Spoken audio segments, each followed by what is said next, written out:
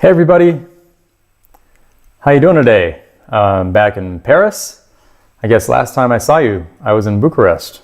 So back in Paris at my dad's place, and I got a haircut. First time since. Hey everybody. Hold on. How you doing today? Back in Paris. I guess. Wow, strange to hear my voice like that. Anyway, yeah. I'm back in Paris, and I got a haircut, and what else can I say? First haircut since January, maybe, I think. I was enjoying the long hair, but I think it was getting to be a bit much. Anyway, great to see you all here. Hi, Mike. Hi, Carol. Hi, Frank. Hi, Grace. Hi, Joyce. Hi, Danielle.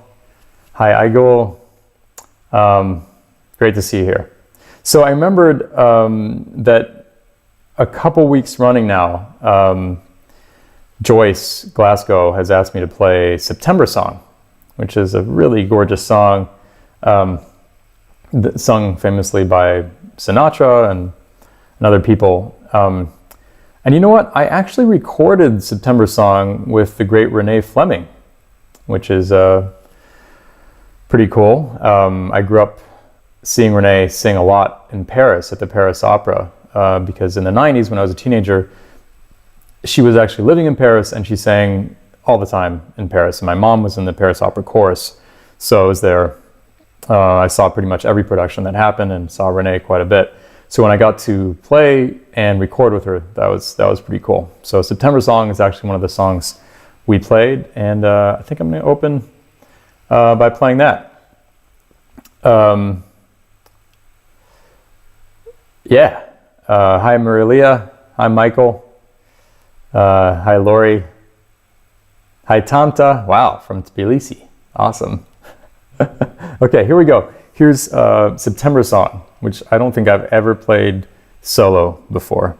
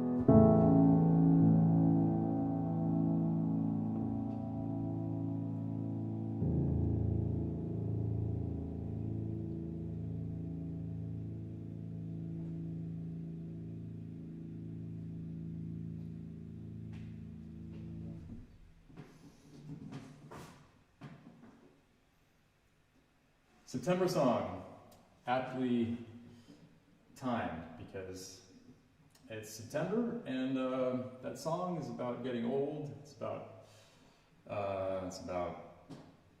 the arrival of fall and all its metaphorical meanings. And yeah, it's September and we're all getting older, so perfect. What am I going to play now? Let's see.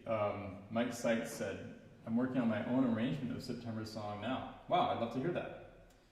Very cool. Actually, Mike Sept sent me some of his work, some of the pieces that he's composed. Some amazing stuff there. Some of you may have been around when I was talking about my experiments in. Is my vocal mic not working? It's not working, is it? That's a shame. Let's see. Does that help? Hold on 1 second.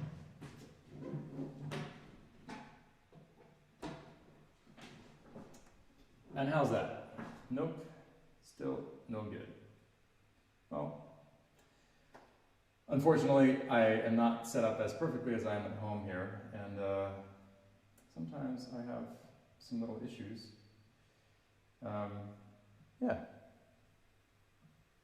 Anyway, hopefully you can still hear me. What was I saying? Yeah, Mike Sept sent me some of his compositions, and some of you may remember that I've talked about my interest in harmonic ratios. So the fact that that sounds that work well together are related by whole number ratios. In other words, if I play a perfect fifth, the upper tone vibrates 3 times, and the time that the lower tone vibrates twice. Things like that. And you can talk about this for hours. Anyway, Mike has done some really interesting work with that idea in mind. Why don't you give me 1 sec here? Let me see if I can solve this talk mic problem. How's that? Okay, I think that's working. Yes. Okay, now we have a talk mic. Hopefully that's not sounding weird. How about this? Let me know. Okay, so what was I saying? What am I going to play now? I think it's time to do a free improvisation. That's one of my favorite things to do for you, and that's what I'm going to do. So here you go. I'm going to play something free for you guys. Here we go.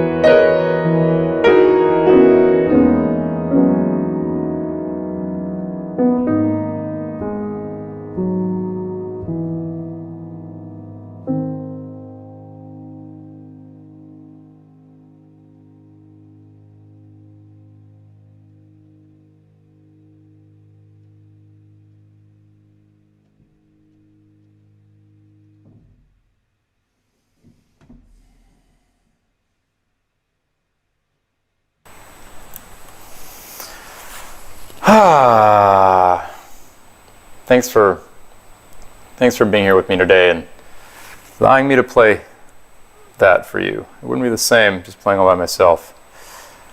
Let's see. I think you can hear me speaking all right now, right? Great.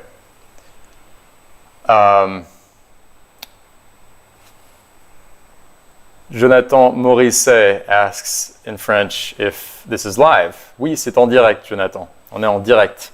Bonjour, Jonathan. Je suis content que vous puissiez être ici. Yeah.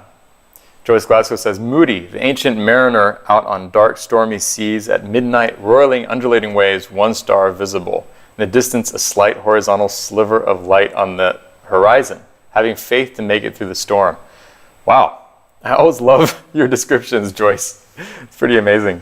Always very strong images and poetically put.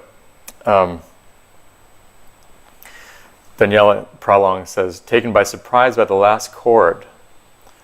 Thank you. I think that's a good thing. Okay, well, if you guys have some requests, let me know. I wanted to play something. I've been doing this thing for years now, where I like to play songs in all keys. It's just kind of a great way of practicing. It's a great way of practicing a song, because if you move it through the keys, then your familiarity with one key goes away, and it just feels a lot fresher. So yeah, I'm gonna play Solar, the jazz standard attributed to Miles Davis. It wasn't actually written by Miles Davis, and I'm gonna play it in all keys. And then I see you have some requests coming in, so I'll get to those afterwards. Okay, here's Solar in all keys.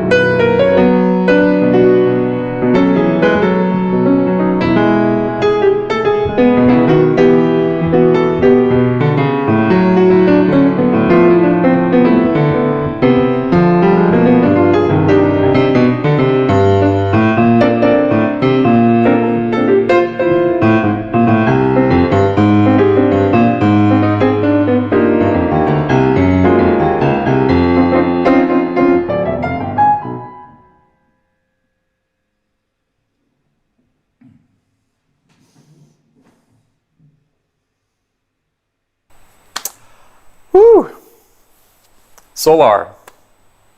Solar in all keys.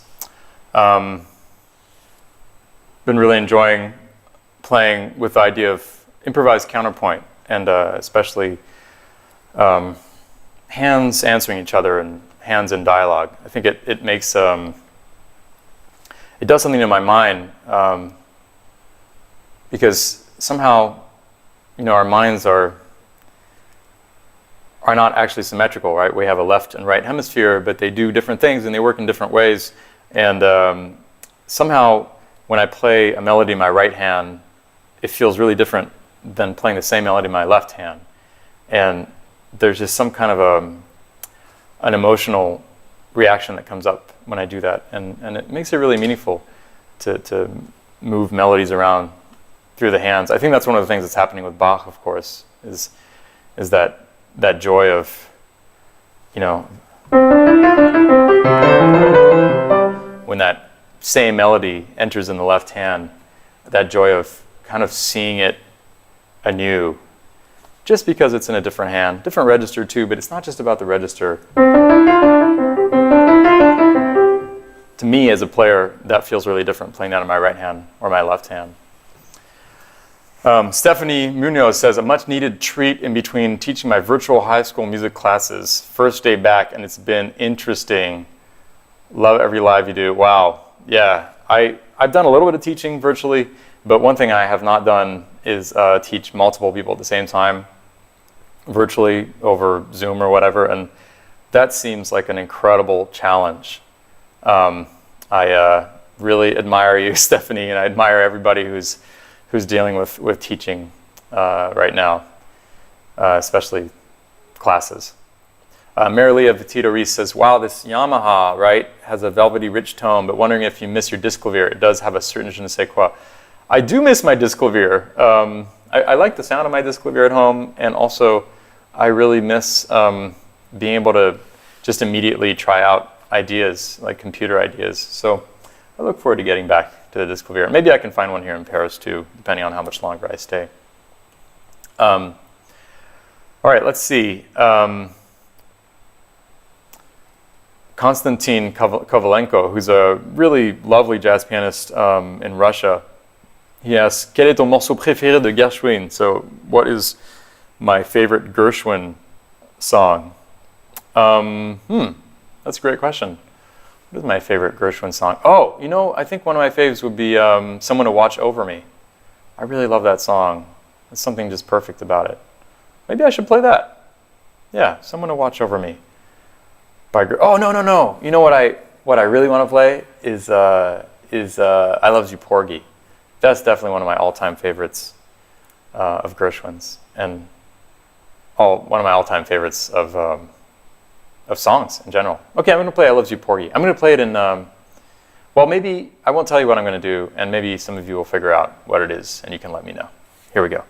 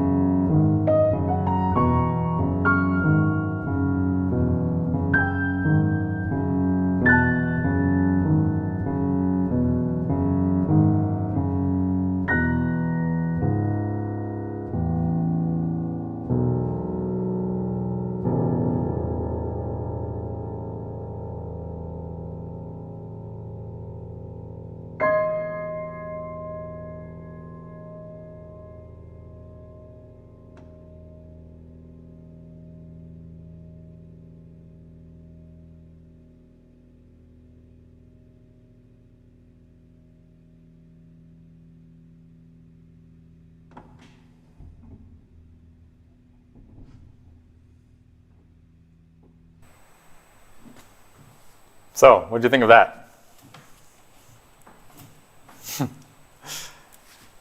Mike Seitz says, Charles Ives would be proud. I love it. Yeah, so that's something that Charles Ives liked to do, is play things in two different keys. And that's what I was just doing. And I just really love the way that works with I Loves You Porgy. What else am I going to play? Carol Despain McGoffin says, yes, feels so broken, but together. Frank Geyer says, beautiful, I can hear the heartbreak so present in Porgy. Yeah, that's exactly the idea. You know, Porgy, I Loves You Porgy is a really interesting song. It's about Bess telling Porgy that she loves him, but basically that she knows she can't be faithful to him. She knows she'll be attracted to this other guy with his, I think she says he has hot hands. And it's really tragic because it's kind of a song about how we have conflicting impulses, you know.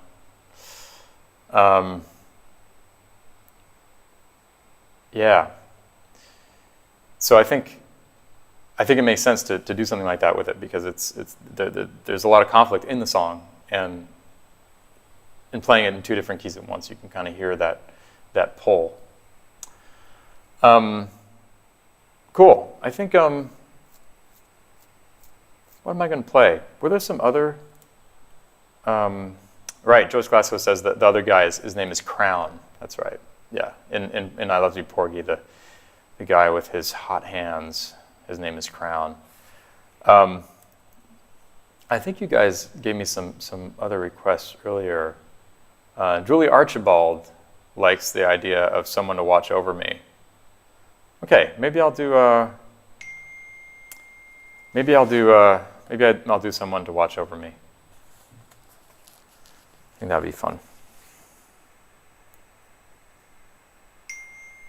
Yeah, I'm also going to silence my phone. Here we go. Oh, how about a key for someone to watch over me? You guys have a key? I want to surprise myself, if I can. Isaac Namias has joined us. He's a great piano tuner who lives in Brooklyn, piano salesman too. And I've known him since he was 16. Okay, Isaac Namias says B. Always one for a challenge. All right, here is someone to watch over me in B.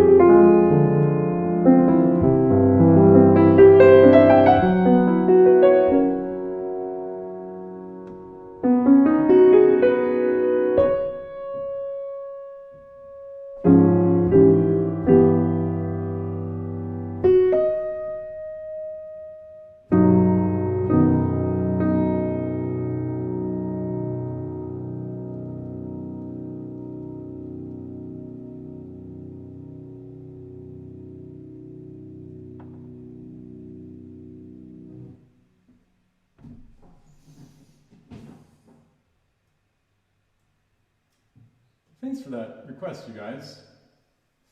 Yeah, and it was fun to play that in B. Not a key you play in very often. Frank Geyer says, I may be wrong, but Someone was the last song written by George Gershwin. Wow, I didn't know that. Good one to end on, if that was true. I remember how Gershwin died. I think he died while conducting. Was it the Concerto in F, maybe? Marilia Petito Reese says that key sparkled. Yeah, it's amazing how different keys do sparkle, isn't it? Oh boy, mic's not working again, isn't it? How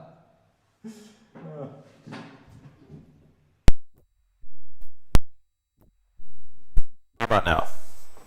Now it's working. Yeah, there we go. I was just saying it's amazing how some keys do have a sparkle to them, and B is definitely one of those. So, yeah, believe it or not, the problem right now isn't that I'm not turning the mic on. It's literally that there's a bad channel on this converter I'm using. But yeah, keep telling me, and I'll keep turning it back on. Well, it's been almost an hour, you guys. I feel like playing something. I feel like playing something atonal, kind of a free improvisation, but a chromatic one. Let's do that, okay? Here we go.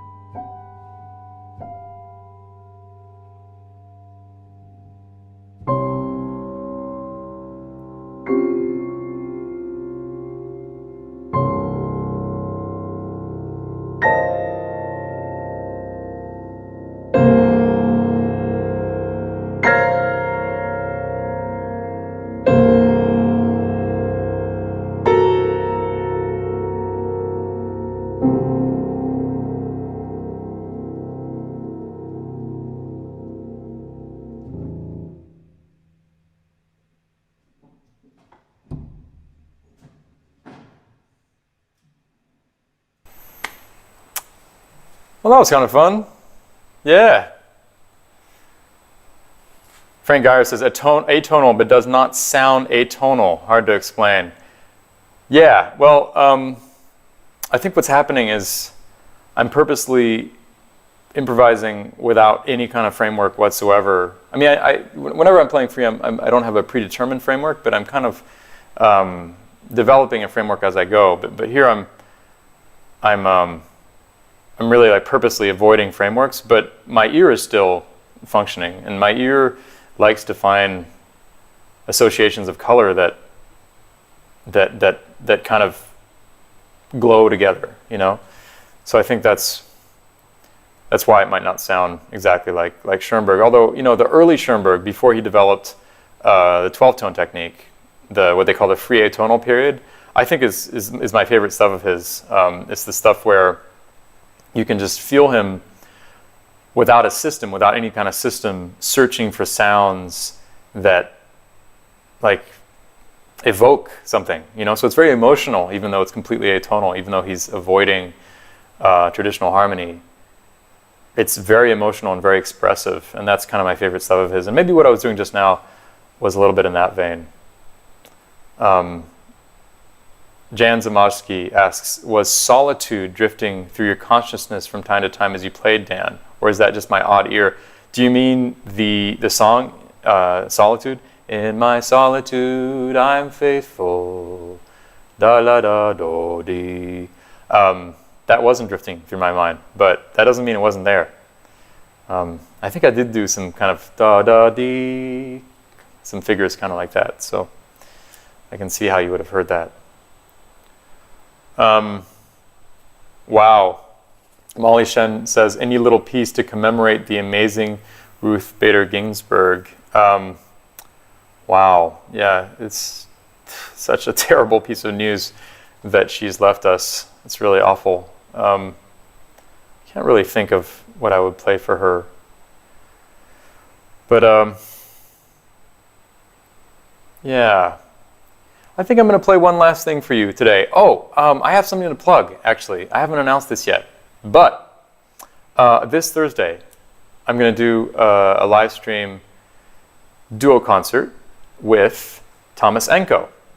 Thomas Enko is an old friend of mine. I've known him since we were both really young. He's what is he, like 7 years younger than me? But I think I met him when he was still a teenager, or maybe in his very early 20s. And he's a really wonderful pianist. He's one of the kind of top French jazz pianists and composers. And we have a really great rapport. We played duo at Chateau Palmer, which is this amazing winery in Bordeaux. We played a duo concert there in 2016, I think, and just totally hit it off. So now that I'm in Paris and he's in Paris, we're going to do a Jack Trip duo concert together.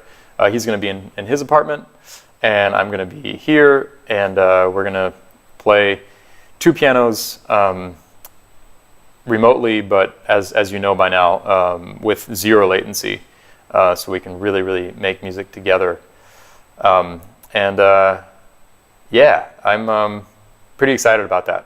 So that's this Thursday at 3 p.m. New York time, which is 9 p.m. in Paris and 12 p.m. in Los Angeles.